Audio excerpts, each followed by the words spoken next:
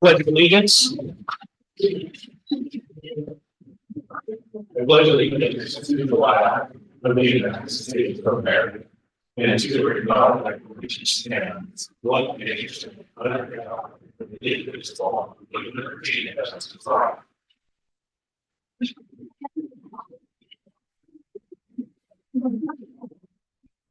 All right, so the first thing on the agenda tonight is the SP Spark Award.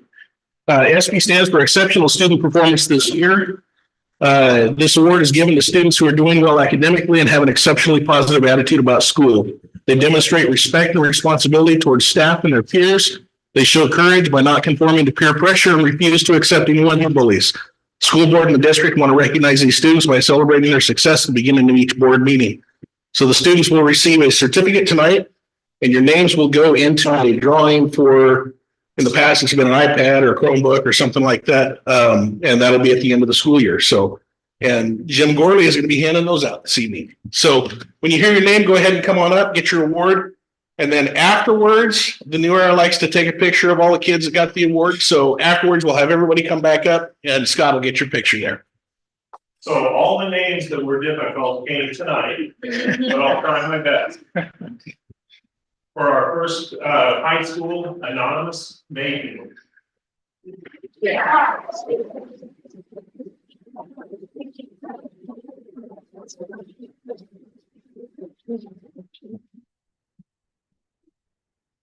Thank you.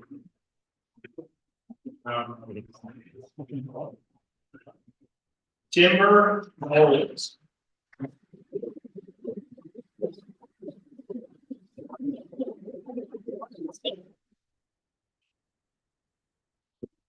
Emily May from the junior high.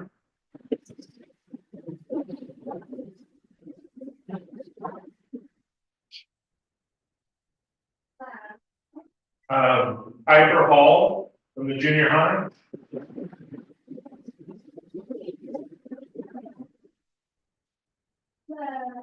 Hayden Jefferson.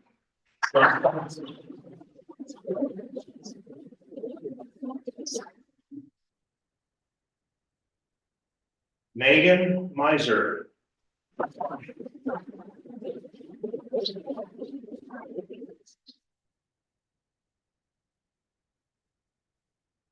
Shailene Baby.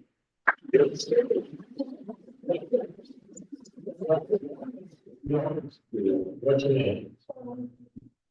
Shailene? So it's that. Good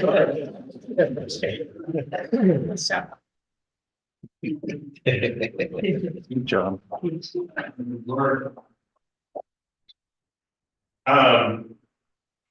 Taya debut.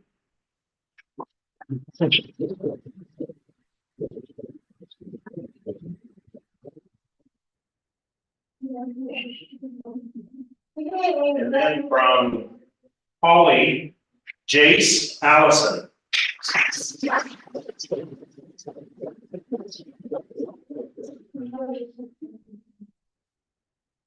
And Okites, Aurora Gaynor.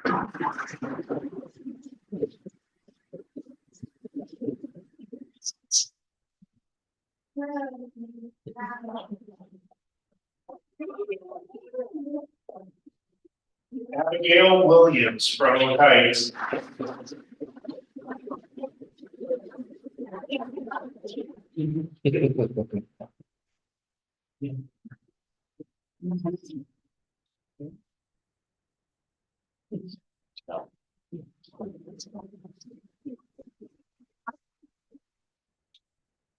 Nathan Ninason.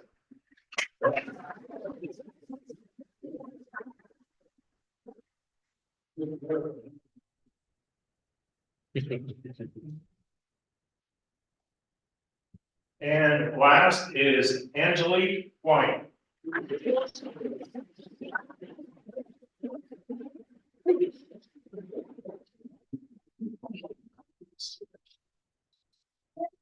Everybody come up and get a picture.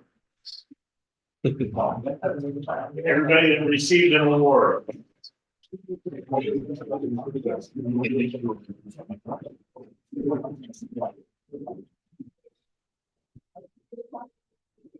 If you could make sure I can see your, Got one more behind one more behind us.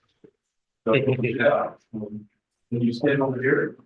Get a picture, and then you got the picture. Good job. All right, ready? After three and I'm three, all right, okay? 1, 2, 3. One more time. 1, 2, happy. All right. Good job.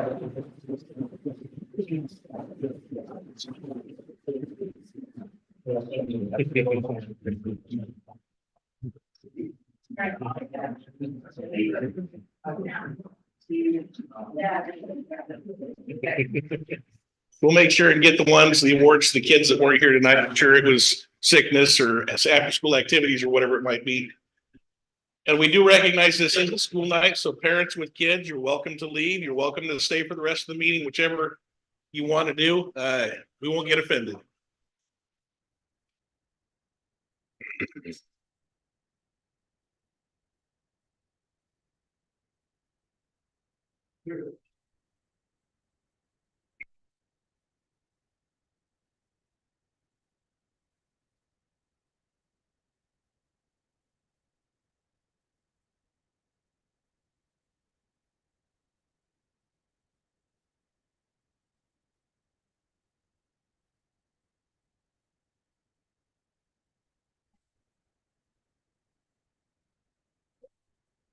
All right, we do have a couple of late items that were added to the consent agenda. Item 5C, accept the retirement of Mary Beth Lundy, kindergarten teacher at Foster Elementary, effective August 1, 2025.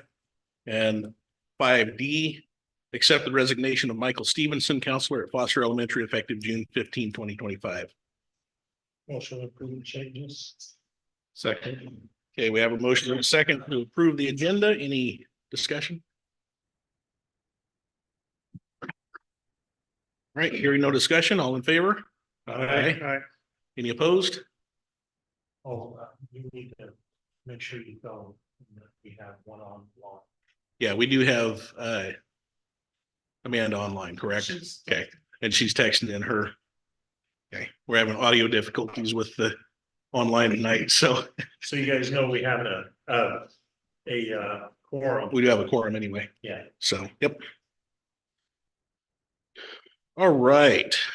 Student personnel reports, audit report. Kevin, are you going to take this one or how? Yeah, I'm going to take this one, and with our audio difficulties, I understand I need to call the auditor, who I believe is on Zoom right now. So I'm going to call.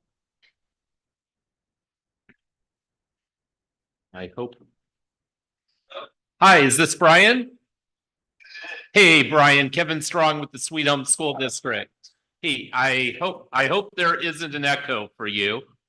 I have you on my phone, and we have our school board here with us. Last month, they had a chance to receive the both the Student Activity Fund financial statements, the district financial statements, and also the auditor's communication letter to the board. Really kind of the purpose tonight is for you as board members, if you have questions for the auditor, this is a good opportunity to ask those questions. At the same time, if you want Brian to maybe kind of explain kind of the audit process, like they do interim field work in the spring, they come back in the fall, also some of the things that they're looking for, it's kind of a good opportunity to kind of hear more about what the audit entails. So I'll kind of turn it over to our board, and great time right now. You can talk directly to Brian and ask him any questions that you have about our financial statements, our process, anything related to that. Okay, anybody have any questions? I liked your idea about him just giving us a quick rundown of how his process works and Sure. whatnot. How about Floyd Neuschwander on our board, Brian?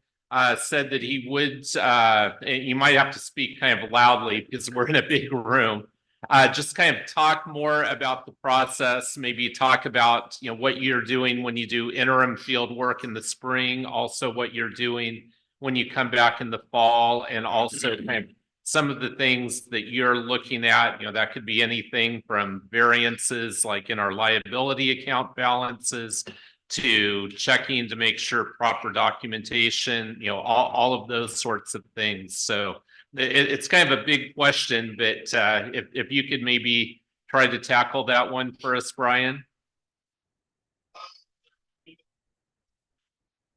You sir.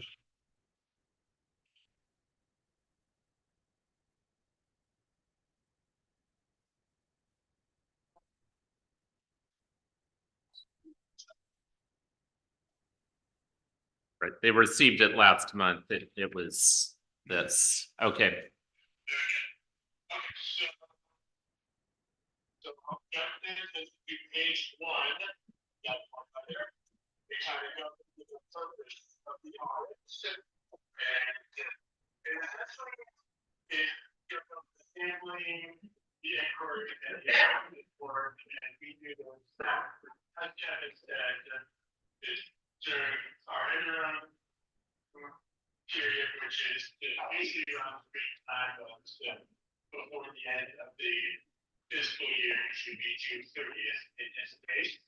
And then we also follow again later, in this case, we did during kind of around the fall / winter season. At the end, that should, we just make sure the family, all their inquiries with management and the analysis, make sure all of that is in compliance with generally accepted policy principles, or GAPs for short, as we call the accounting fields, as well as the generally accepted auditing standards to keep in line with the auditing standards there, and uniform guidance, which falls under our audit procedures, which covers all of the federal boards and expenditures related to that. So that's essentially the purpose of the audit. Now we get into page 2 of the letter. You'll see I like to emphasize the result of the audit. And our opinion letter, we are happy to announce we have an unmodified opinion for this year. For those who are not aware, this is essentially a clean opinion that there aren't any issues to keep your account.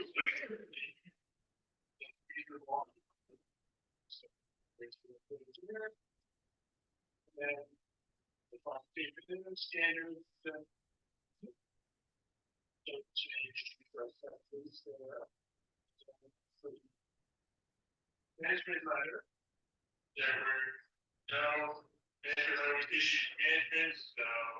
Brian, can I interrupt for a second? I might be kind of sorry I asked that question, and no offense, sir, but it's a little dry. But basically, if I understand right, tell me if I'm wrong, we have an audit to make sure that we're doing everything right, and the fox isn't in charge of the hen house around here, right? Isn't that kind of, we're using a different set of standards to make sure that we're doing everything right? I mean, that's oversimplifying it. Rather than putting Brian on the spot, how about I'll try to kind of field that question? That would be great. And then Brian, please add to it. The primary purpose of the audit is to make sure that our financial statements are accurately presenting our financial picture. I mean, correct me if I'm wrong, Brian, but there are districts in Oregon that ended the year with a negative fund balance. They could still receive a clean opinion because their financial statements accurately show where they're at, even though they're in the red. And so the primary purpose of the audit is to make sure that our financial statements are accurately presenting our financial position. Right. To keep us honest. It doesn't mean we. At the same time, what they're doing too is, if they say for fraud or something like that, a lot of that is in our internal controls, and they do look at our internal controls. At the same time, though, just because you get a clean audit opinion, that doesn't necessarily mean that your, your internal controls are, well, I may be, I don't want to put words into your mouth here, Brian, but the primary purpose, what I'm trying to say, is to attest to our financial statements. Yes, that's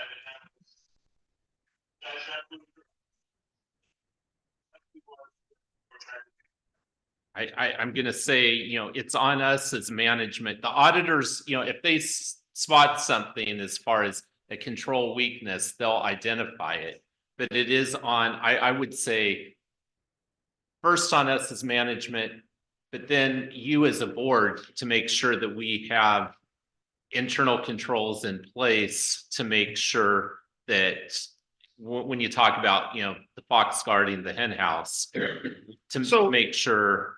It's just to make sure that your representation of what's going on is honest. It doesn't necessarily mean that we are financially healthy or unhealthy or we're doing things right. It just means the way we're reporting it is correct, right? I mean, we're being. Yes, what it shows that I would encourage you to read the financial statements. We have in there what's called the management discussion and analysis that goes over our financial position to get a better idea of where we stand. Right. But what the auditors, their primary focus is to make sure that what we're saying, here are our financial statements, that those financial statements are reasonably accurate. Great. But also, Kevin, it's that you're following standard practices in accounting. Correct. And a good example of that would be, as an example, we have expenses that we've incurred in, say, the prior fiscal year, but we don't pay those out until our fiscal year ends on June 30th. We don't pay those out until July or August. But if we've actually incurred the expense, what we need to do is, and I'm using accounting to approve that expense, so it shows as an actual expense there. And then there's, if we haven't paid out the cash yet, there's a liability. There's probably an accounts payable balance that we owe there, that we need to be showing that. And so what Brian and his team are doing is, one of the many things they're doing is checking to make sure that, yes, in fact, we've accurately reported that.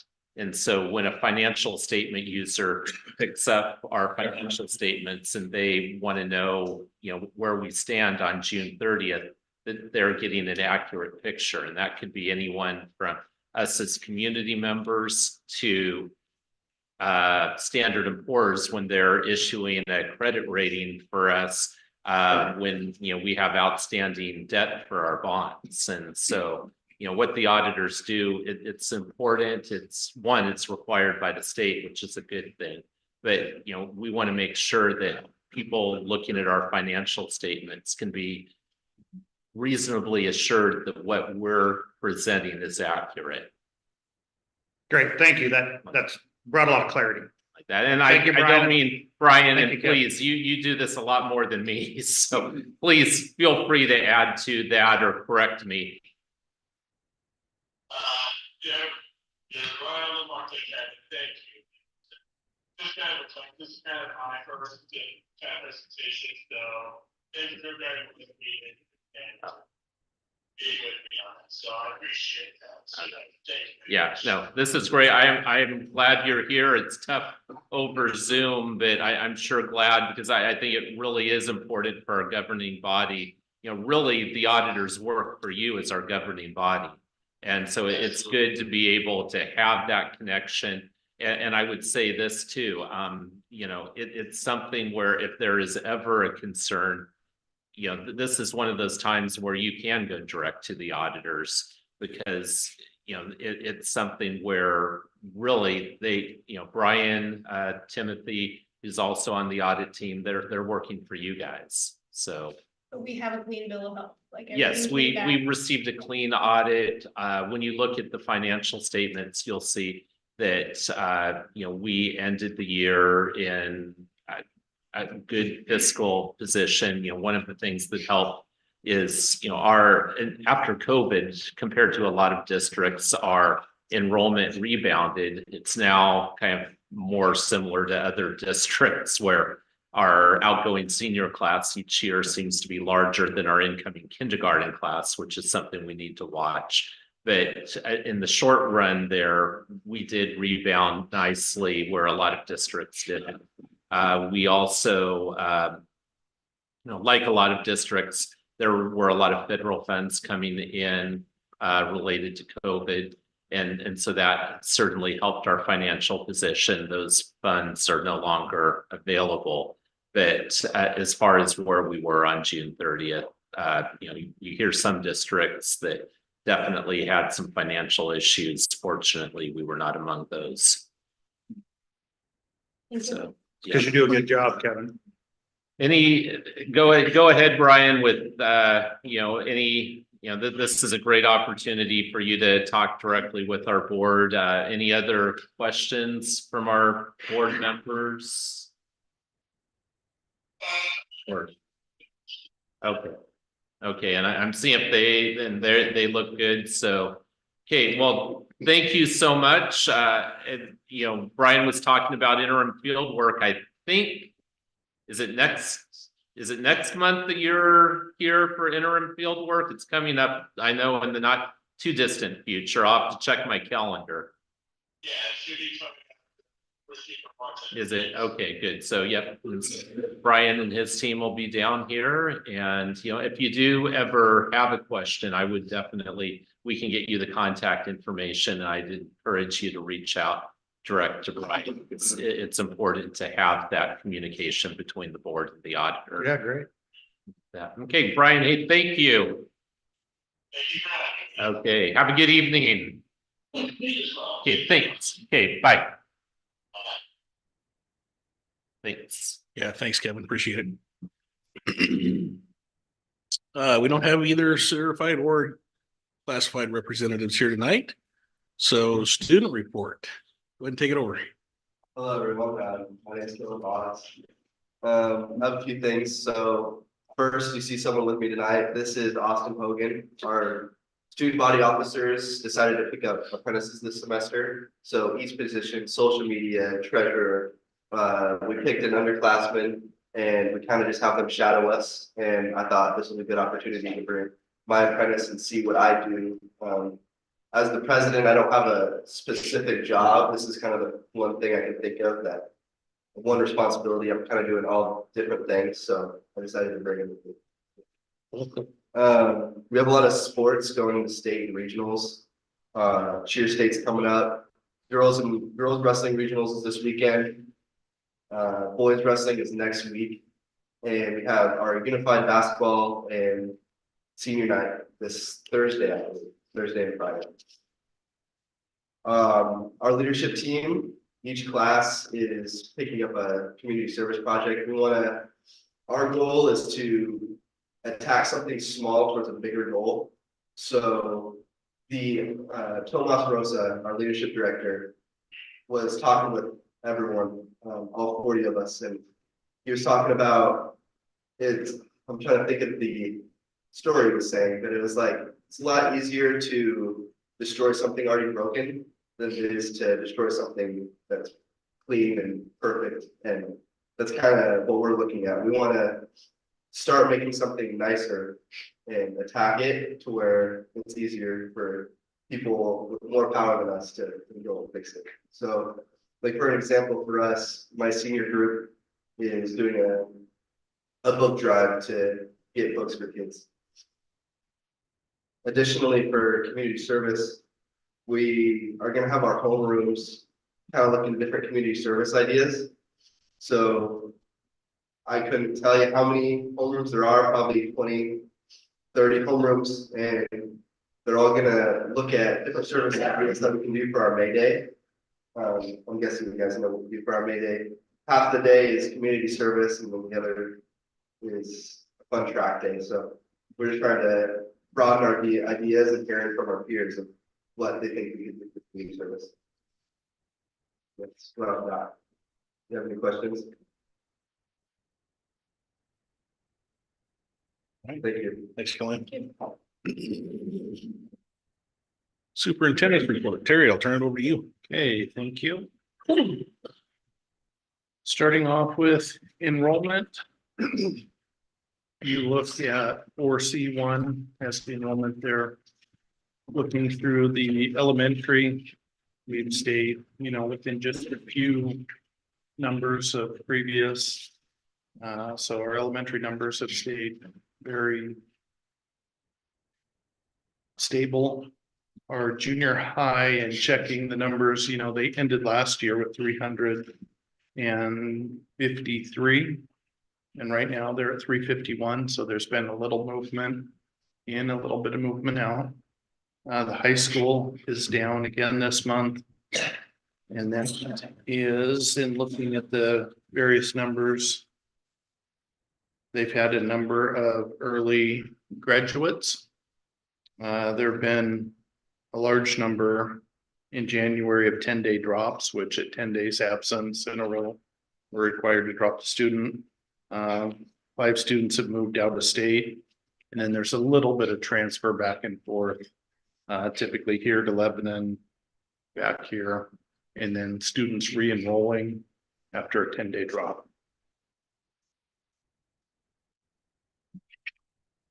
With our attendance, Hawthorne has once again topped the attendance with 91.7% attendance.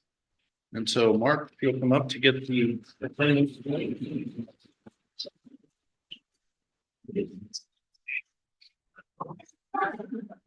You need a picture of this. I haven't done it in a while. Excuse me, Joy.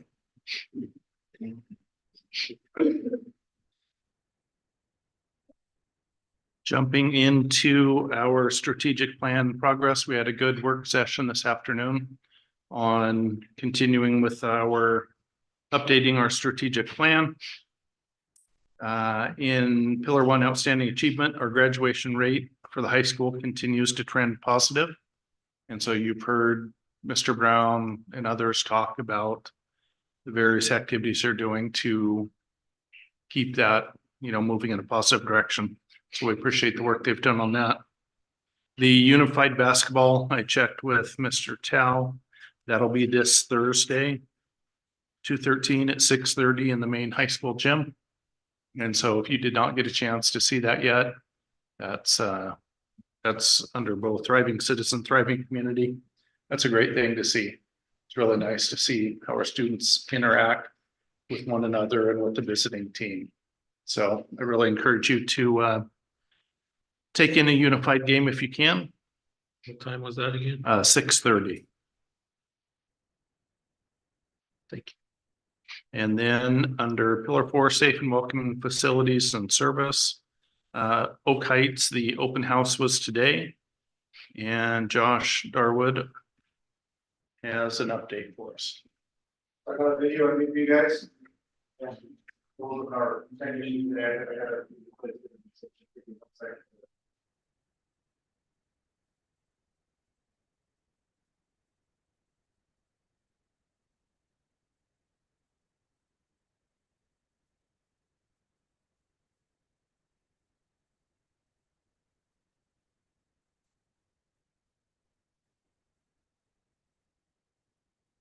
Well, hey, this is Josh Darwood, Facilities Director here at Sweet Home School District. And I'm going to do a little video here to show you guys what we went through this last summer up at Oak Heights. The seismic upgrades, the remodel, the updates, all the work that we put into this, Girding put into this, McCubbin's put into this to make it happen, get it done in that short time frame, and then the finishing touches that were done after school started. Let's take a look here. I'll show you guys through what we did. You can see here what the school looked like before the remodel with the shorter windows. The old entry tucked on the side, you couldn't really tell where it was. And then looking in the classroom, we see the old flooring, the old projectors, the old lighting and ceiling, and then demo.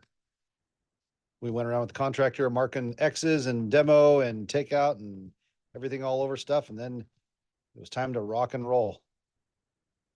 Tearing doors apart, tearing trim off, tearing walls out.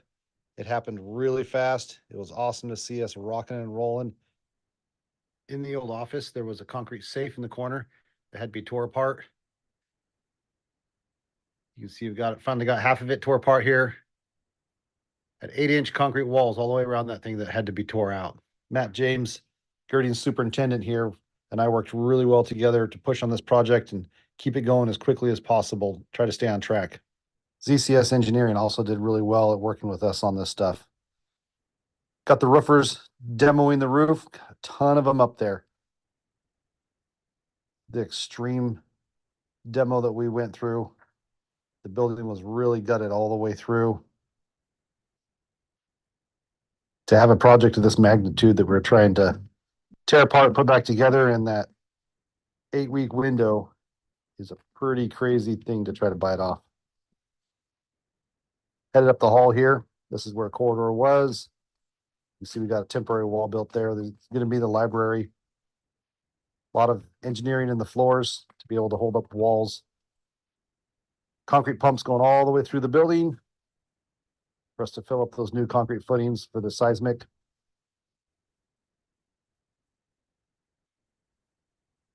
Siding was removed on every single building where shear was needed, like here, plywood was installed. Where it was not, we drilled holes and blew in insulation, so it all got re-insulated. Any rot we found was repaired.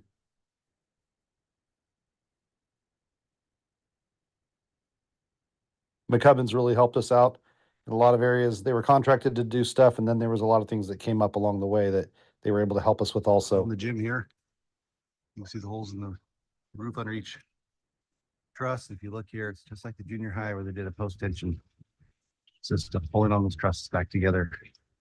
So our seismic on the bowstring trusses is now done. Fall wall got stripped of studs and new plywood for seismic, and in the middle of the gym was our storage for all of our stuff throughout the entire school. I'm trying to fix the rim.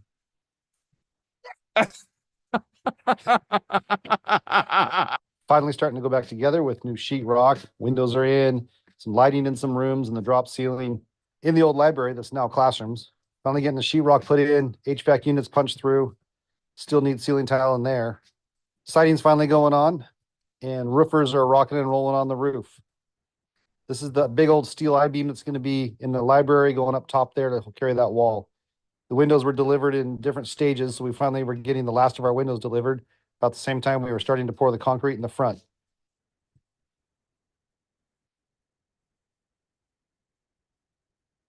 In order to let us keep moving forward, the sheetrockers were nice enough to mud and tape underneath the T-bar. So they let us put the T-bar in first to the walls, and then they mud and tape below that. From this perspective, it really gives you the grand view of how big the magnitude of this remodel. You look at the size of the roof and all those windows, all the siding that was put in, a lot of work. Windows were still getting put in while we were stocking the building with trim for the inside of the windows, and while the trim was being installed in the windows that were already installed.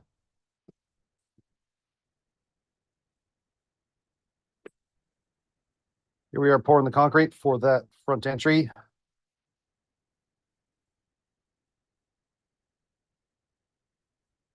And concrete for the new sidewalks and ADA ramps. Coloring the concrete and then stamping it for the wood look like all the elementaries have in their entries. Here we are. There's Scott over here with me. We're sealing the concrete in the front porch. Here we go. Check this out. This sealer just really brings the concrete color alive.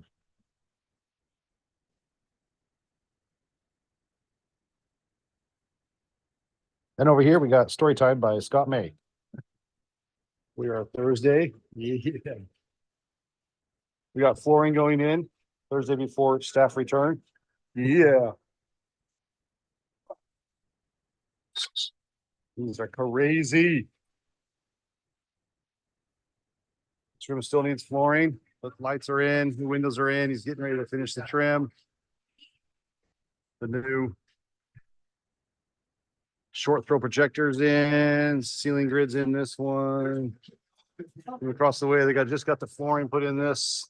It's got to be washed with 3 coats of wax put on it, but electricians are in here finishing out the plugs.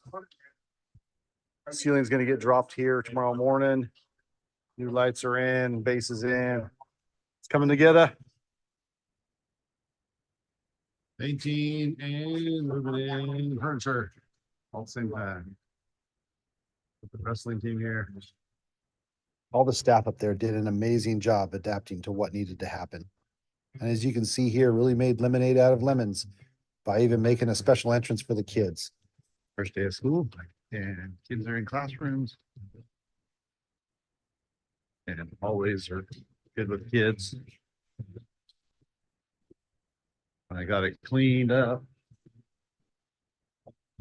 And here is Todd Barrett. What do we got going, Todd? Yeah. Hey, we got kids in school. It's going great. We're having a lot of fun and the building looks amazing. We can't wait for it to be done. It will look more amazing when it's done. Yeah. Done. Yeah, it looks great. At the start of the school year, brought some fresh challenges of fencing and trying to keep construction going to finish up while kids are there. But we were able to continue. Here we are, bringing our sign around. Oh, yeah.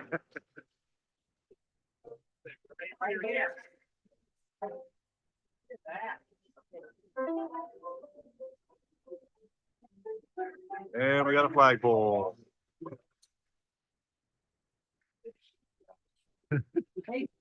Our maintenance team did tons of work finishing things up, as well as all the way through the project, like these handrails. Siding is finally just about done. And roofing finally got done on the gym. Look at all the windows. There's a ton of windows. Finally got all them in, all the siding in about the time that the beams arrived that we were waiting for the front, and they were able to put that front entry on.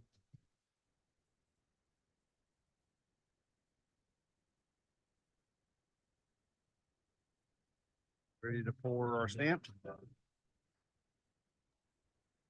Entry going in.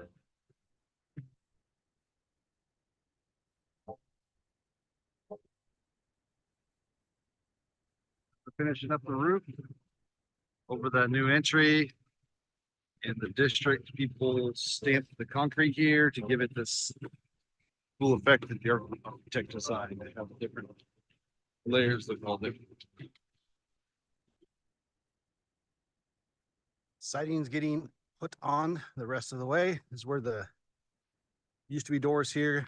Now there's the library, so you can see the new windows and the siding going in. Siding's about on there. Got some nice flashing over the brick to keep the water out of there today.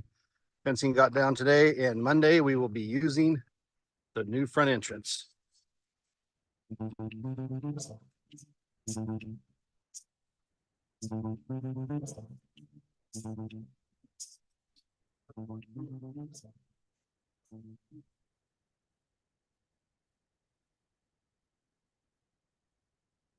Key card. Get us into the doorway. And here we got a new vestibule. Inspirational words on the walls. So just like at all our other schools, once you're in the vestibule, you can either talk to, here it's Jill through the main window, or you, if you have key card, you can get buzzed in, or she can buzz you into the office. Here we are in the new office space. New sick rooms in there, principal's office. Here's Jill's space. Visibility out the front here. Great visibility. This out here in the hallway, got new LED lighting, new drop ceilings all the way through. Tons of seismic works up above, so the ceilings were all tore apart. And down in the end of the hall was a bunch of seismic work also. And going in the classroom, you can see all new windows, the new drop ceilings, the new LED lighting, the short throw projector. And this is the hallway side of the new vestibule. This is the new office that was put in.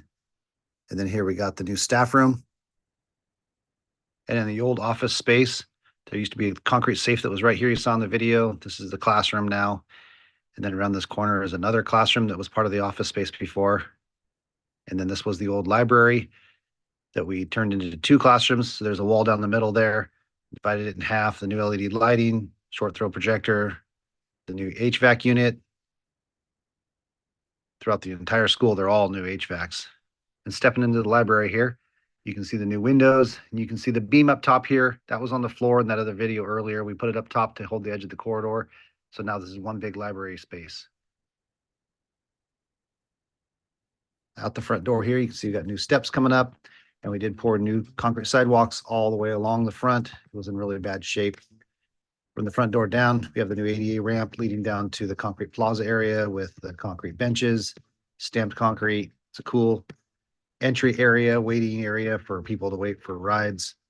The front of the school is a similar looking design to all of our other elementaries with the arched glue lamp and the way the entry is laid out. If a kid is transferred one school to another, it makes a seamless transition. This used to be the front entry on this side here, which now has a bike rack in it and a skateboard rack. Out of the rain, on around back to the gym here, you can see new siding, new windows in up top that used to be boarded over. On the schools, all new siding, all new windows, all new paint. The south side of the gym, we put flat panel siding on there so that kids can still play wall ball. Got new gutters around the entire school. All new doors around the outside of every building with the key card entrance. The new windows through here going full height, look amazing. They got little awning windows on the bottom of them, so you can still let airflow. New roofing, new HVAC units, like I said. So as we take a quick fly over the school here, you can take in how great it looks. I'd like to take a moment and thank some people and just kind of recognize a few people here. First to the Sweet Home District's maintenance team, who have went above and beyond doing all kinds of work to stretch our dollars as far as we could and get as much done as possible. Karen Pauley, the custodian at Oak Heights, was amazing to work with and really worked hard at keeping up and trying to help any way she could. Matt James with Girding Builders, Josh Bates with T Girding, both great guys to work with and really, really did well. Gabe McCubbins and his team, Sean Smoot with ZCS Engineering, really took feedback well and re-engineered and did as much as he could. Chris Walkup with Glass Architects continually listened and tried to draw things to how we wanted. Todd Barrett and Jill Moore and the rest of the staff at Oak Heights were amazing to work with and really, really did well with taking the punches and moving with things as needed.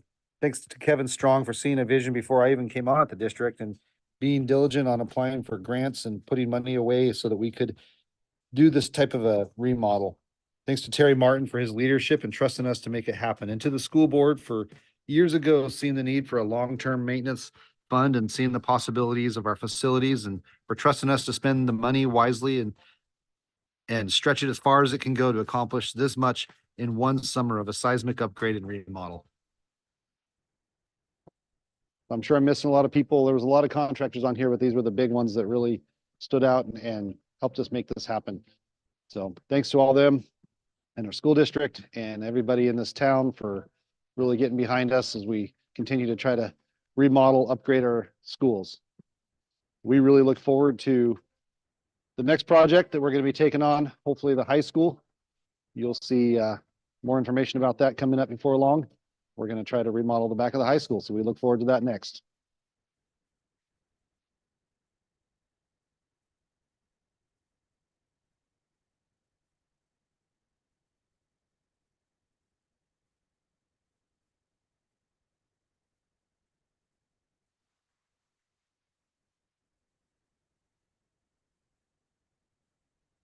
So echoing what Josh said, that was an amazing feat to come together over the summer in 8 weeks. You just about have to have everything go right to pull off a project this scope and size. From my perspective, it did because we were able to open and get kids in classes. Josh and Kevin both have great hair over this project for the things, all the different little things that didn't go as they would have liked, but great job by all involved. I'm both proud of our workers and thankful for them. Thank you. All right. Thanks, Terry. Next, we have the consent agenda. Approve the minutes from the January 13, 2025 school board meeting. Accept the resignation from Alejandra Rico, Spanish teacher at the high school, effective as of January 30, 2025. Accept the retirement of Mary Beth Lundy, kindergarten teacher at Foster Elementary, effective August 1, 2025. and accept the resignation from Michael Stevenson, counselor at Foster Elementary, effective June 15, 2025. So moved. Second. Okay, we have a motion and a second. Any discussion? All right, hearing none. All in favor? Aye. Any opposed? Okay, motion passes. What's that? Yeah.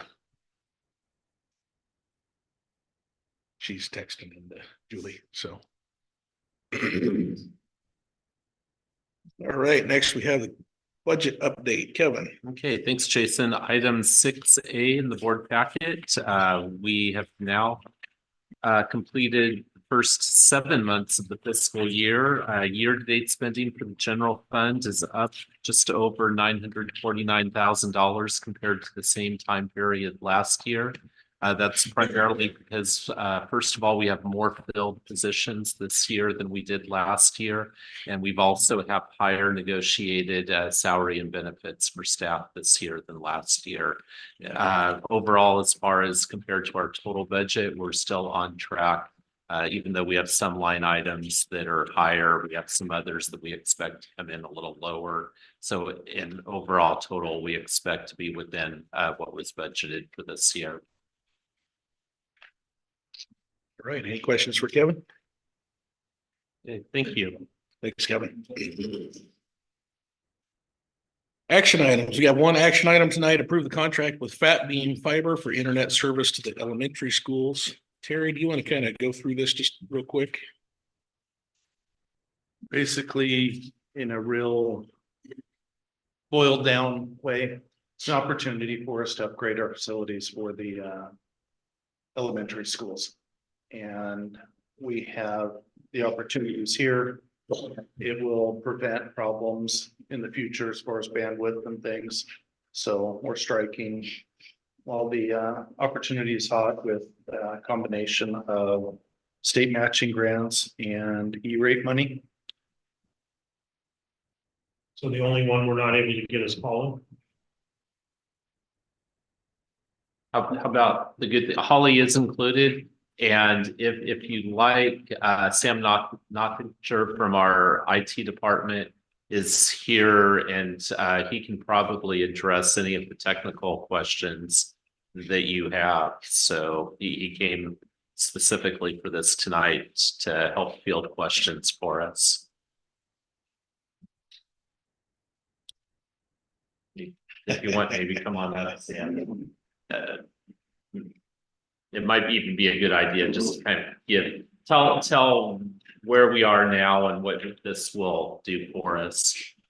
I'm Sam Nottinger, I'm a technology specialist here. Currently to our elementary school, we are at 200 megabit, which is acceptable for now, but it's on the lower end of what regulatory agencies are wanting from schools. Luckily, this year we have the advantage of being able to apply for the E-rate on this, and also the Connected Public Schools Fund, which is funding from state lottery and so forth, that is 10% state match and also gap. And taking advantage of that, this is kind of an opportunity that we need to take advantage of. Otherwise, it's going to cost $1 million project to get the fiber out there. It will upgrade us to a max bandwidth of 100 gigabytes per second, which is massive. I'm not sure of any place in the area that can actually transmit that fast, but we will have the ability to upgrade to that. And this is, all the schools will be at that point? Yes.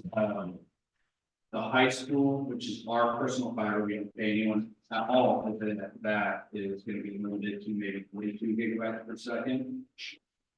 But that's just going to be having a whole new cable, which is a lot cheaper than the trenching, the drilling, renting out space. So with this, will it keep us up to speed for some time? Yes. It actually goes beyond what our equipment is currently handled. But so if there's really upgrades as we get the equipment. So so the high school and junior high, we've got pretty Yes. good now, but the grade schools have been lacking. Yes. And this is a chance to do that for not much of investment on our part. Essentially not. We do have a written contract that, it is null and void if we do not get an E-rate or the COSIP. So no risk to us if we don't get that when we sign the contract. Oh, that's good. So, I know a lot of the kids use their Chromebooks and they're on, broadcast. What's that gonna be? It will. In an ideal world, there's always things that come up that kind of mess with things. But it means that there's gonna be more speed back to the district office. And from there out to the internet. Right now, there's a big bottleneck on like 200 megabits per second. Because that gets filled up fast, especially if they're watching videos, streaming music. That's what I heard from them was slow.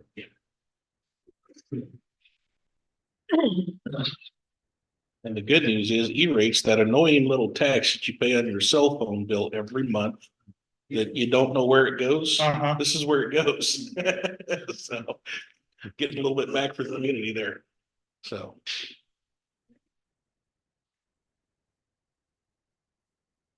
Right, any other questions? Thank you. Maybe a question for you, Kevin. Mhm. I noticed, so we've got a monthly service fee on the fat bean. 80% is covered by E-rate, so 80% of $1,500, so. Quick math on that is what, $1,200 or something will be paid, so. We're probably, what do we have for a service out there now? Right now, we're with CenturyLink, and I believe we're paying in the neighborhood of about $4,000 a month, where we get 80% of that reimbursed. And Okay, so so our monthly cost will go down. we'll with go down, this that's too. what I was getting. So it seems like a win. Yeah, I mean, this all the way around, a lot of credit.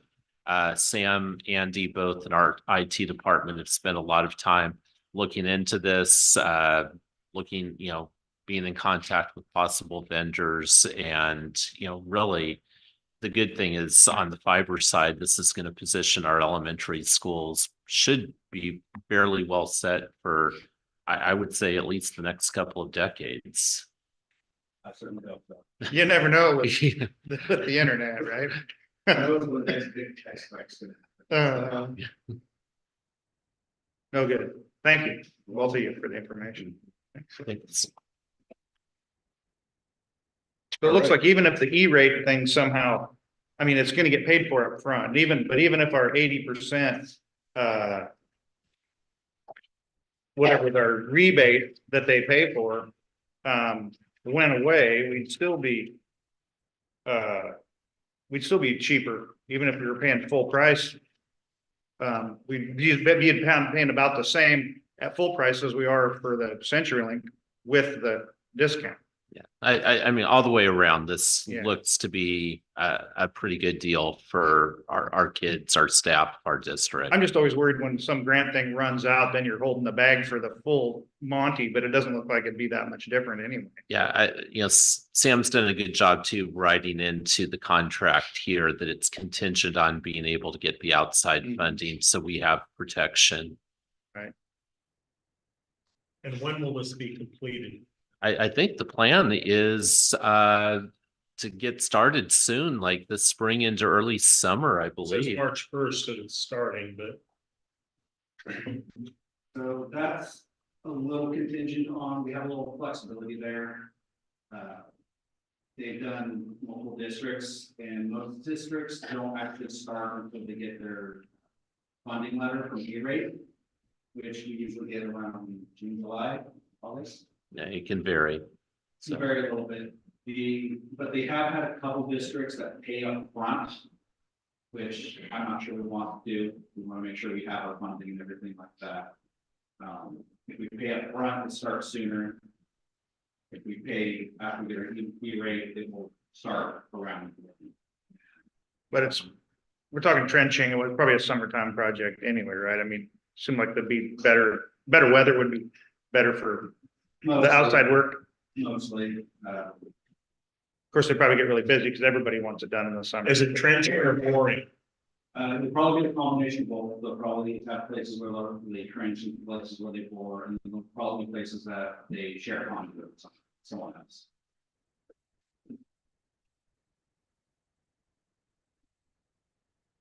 Well, I You move we you approve think it. it'll be done in the fall?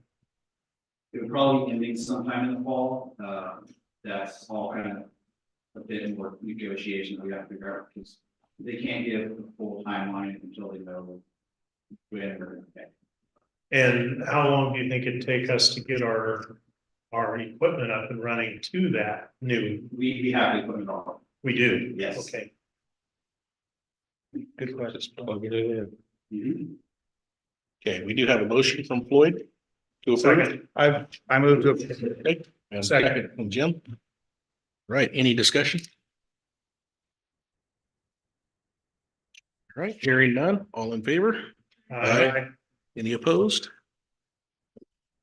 Okay, motion passes. Thank you. Thank you. Thanks. Yeah. All right, next we have public comments. I did receive four intent to speak forms here. One of the things I did see while reviewing them is they seem to all be dealing directly with a individual in employment, which we cannot speak about in public meeting. So what I will do is if somebody has something, we can talk about programs or things like that. But dealing with individual employment issues, board policy, employee relations, a lot of things like that make that impossible. So what I will do is I'll read here from the policy comments regarding staff members. A person speaking during the designated portion of the agenda for public comment may offer objective criticism of district operations and programs. The board will not hear comments regarding any individual district staff member. The board chair will direct the visitor to the procedures and board policy KL, public complaints, for consideration of a legitimate complaint involving a staff member. So what I will do is if we have a complaint dealing with an individual employee, I will direct you to the superintendent's office. There's a complaint form that can be filled out. That will then be investigated through, and depending on how that all goes, the policy can bring it to the board at some point. But as with anything, I need to direct you back to the closest to the problem. And we can't hear issues dealing with specific employees in board meetings anyway. So the policy again is KL. If you'll talk with Julie at the superintendent's office here, she can get you the forms and everything there and help you work through the process to get that to the superintendent and get any complaints taken care of properly in that way. So I will open it up to those of you who have filed an intent to speak. If you're something outside of dealing with a specific employee, I will allow you to speak. It's not, we don't want to shut down the speech side of things. We just tied to certain things that we can or can't do in these meetings. So. Can we talk about a situation without an ongoing situation in the classroom without bringing names or complaining about staff members? It's not a complaint about a staff member, it's urging the district to resolve this matter in a more timely fashion than it's been done. So we can kind of see what the classroom looks like at this point. I think your best option there is a conversation with the superintendent. The board will not get involved at this point anyway. Okay. There's a process for employee concerns to make it through to the board. And then what it comes down to is the employee involved then has the choice of whether they want to do any discussion in open session or in closed session that protects the rights of the employee and things like that. So the best process here is to go to that policy KL, speak with Julie, get her the information. I'm sure Terry would have a conversation with you as well on that, and that's the best way to go within the constraints that we have based on policy and just employment considerations there. So We end up being a judge after it goes there, we may have to be that judge after that, so we can't. correct. Yeah. Yeah. Yes. So, Stevie, basically, where can parents go or be directed dealing with health concerns due to the current events? Again, I would recommend, being it's a specific situation, I would recommend that you go back through the policy. Anytime there's a complaint, the best way to go is to go directly to the employee, the individual first. If you don't get anything there, go to the building principal. And if you get no response there, then it escalates to the superintendent. And then if you get no response there, then the process, things can be appealed to the board. Again, dealing with employment situations like this, the board is really the final arbiter in all of that stuff. And so we have to maintain some neutrality in that for the protection of the employee as well as for the protection of the district and any potential lawsuits that might be out there. So again, I would recommend that you go to the superintendent's office, get that paperwork, fill that out. And that's going to be the best and quickest option for that. Appreciate that. And just so you know, if you go to the principal says, I can't do anything on this. This is something I need to have the superintendent deal with. You're not gonna have to go over there. I'm sure that principal is gonna walk you through that process.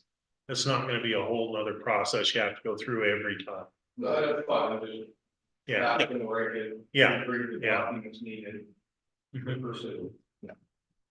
I just want to make sure that we're clear on that. I'm not trying to shut anybody down free speech wise. We just have a process. We got to be fair with everybody involved here with this. So please just follow the process. And if it gets to us at that point, we'll deal with it. But other than that, we'll trust Terry to make the right decision involved with that.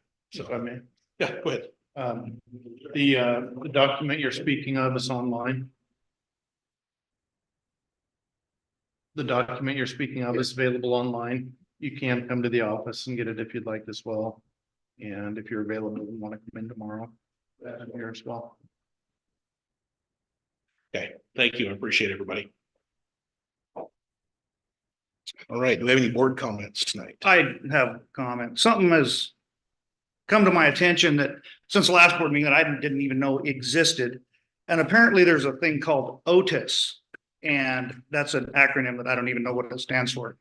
But it's part of DHS apparently, as far as making sure that teachers and staff members conduct themselves properly around children. There's no abuse, and I'm not even sure exactly how it all works. But I was hoping maybe the superintendent could explain to us what OTIS is. And the way I understand it, there's been some rule changes maybe in the last year or so that make it different than it was before, like maybe the first of 24, they started some different things, and maybe you're more up to speed on it than I am. I'd just like you to verse us on that a little bit. Yeah, OTIS is the Office of Training and Investigations.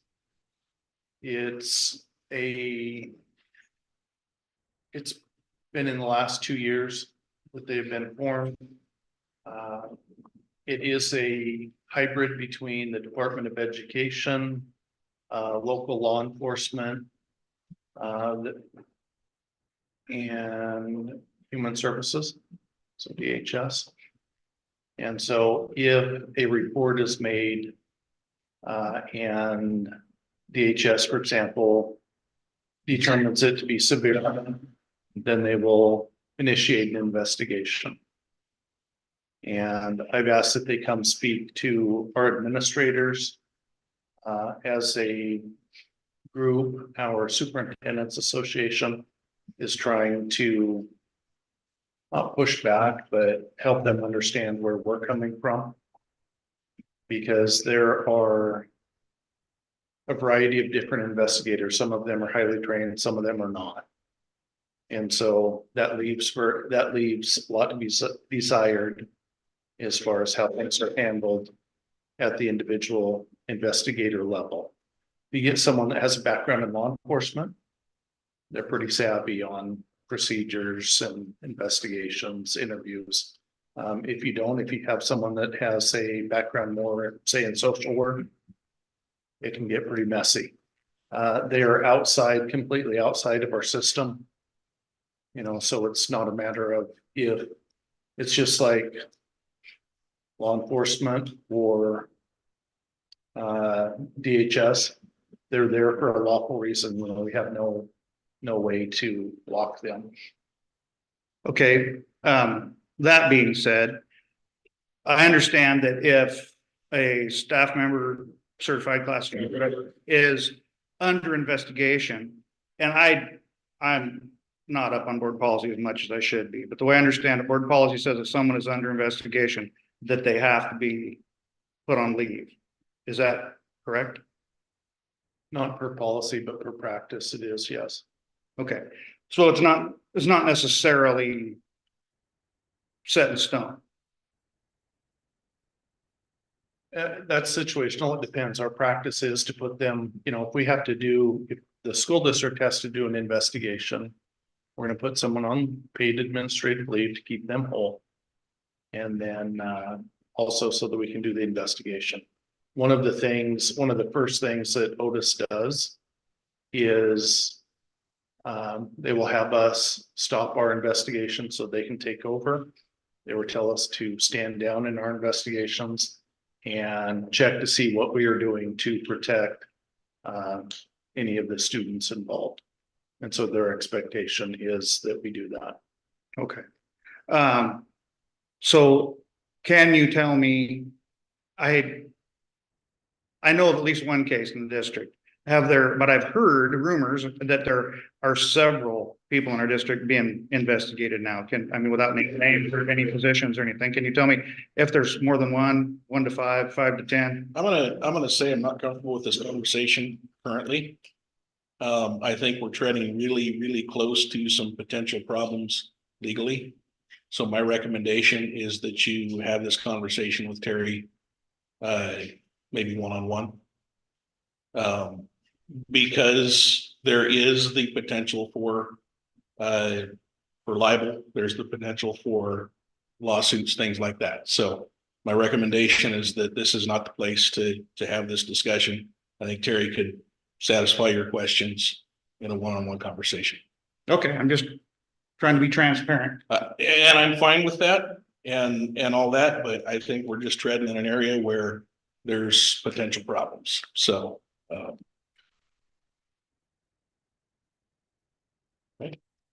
I'll respect your recommendation. thank you. All right, any other board comments? I just say, depending on the situation at hand, FOIA could be something to look into, which is Freedom of Information Act. Kind of depends where things are at in the process, what is being looked at, so on and so forth, but that is everyone's right to be able to delve into that and see where things are at as well. Yep, And there's some way. And there is protected stuff there as well when dealing with employees and things like that. So my recommendation to everybody in this, and I know this isn't an easy thing to do, but follow the process, let the process play out. I feel confident in maybe not necessarily in the group that is inserting themselves here, but in the group that we have here working for the employees and the students in this situation. I feel confident in Terry and his leadership in that. And so, that's my recommendation. Let's follow the process. Let's stick with that. If it comes to that, I might be the first one standing there screaming with you. So, be aware of that. So. Right. Thank you, Terry, for answering all the questions openly and honestly. I appreciate it. Okay. We dealt with the late items. So future agenda items, next board officers meeting is Thursday, February 27th at 3:30 in the superintendent's office. We have a strategic planning meeting Monday, March 10th at 3 prior to the board meeting. And then next board meeting is Monday, March 10th at 6:30 here in the boardroom. Question, Yes, strategic planning, will that be something that we continue to do every board meeting for, like, I have to know when children drop off and pickups, like, if this is at every board meeting, people are doing that. can we get some sort of a long-term plan on that to everybody? Does that send out? I did. All right, and we're adjourned. Okay.